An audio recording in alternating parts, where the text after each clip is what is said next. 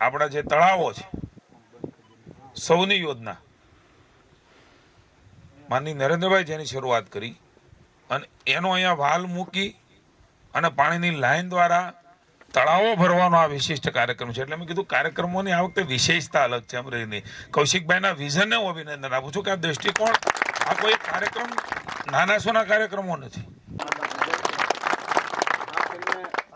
ખેતરમાં કે તળાવની અંદર જે રીતે ઘેરે ઘેરેમાં નર્મદાના પાણી પહોંચ્યા એ રીતે દરેક ગામડાઓના તળાવની અંદર પાણી પૂગે એ પ્રકારની સૌની યોજના સરકાર દ્વારા બનાવવામાં આવે અને નરેન્દ્રભાઈ મોદી સાહેબે જ્યારે શરૂઆત કરાવી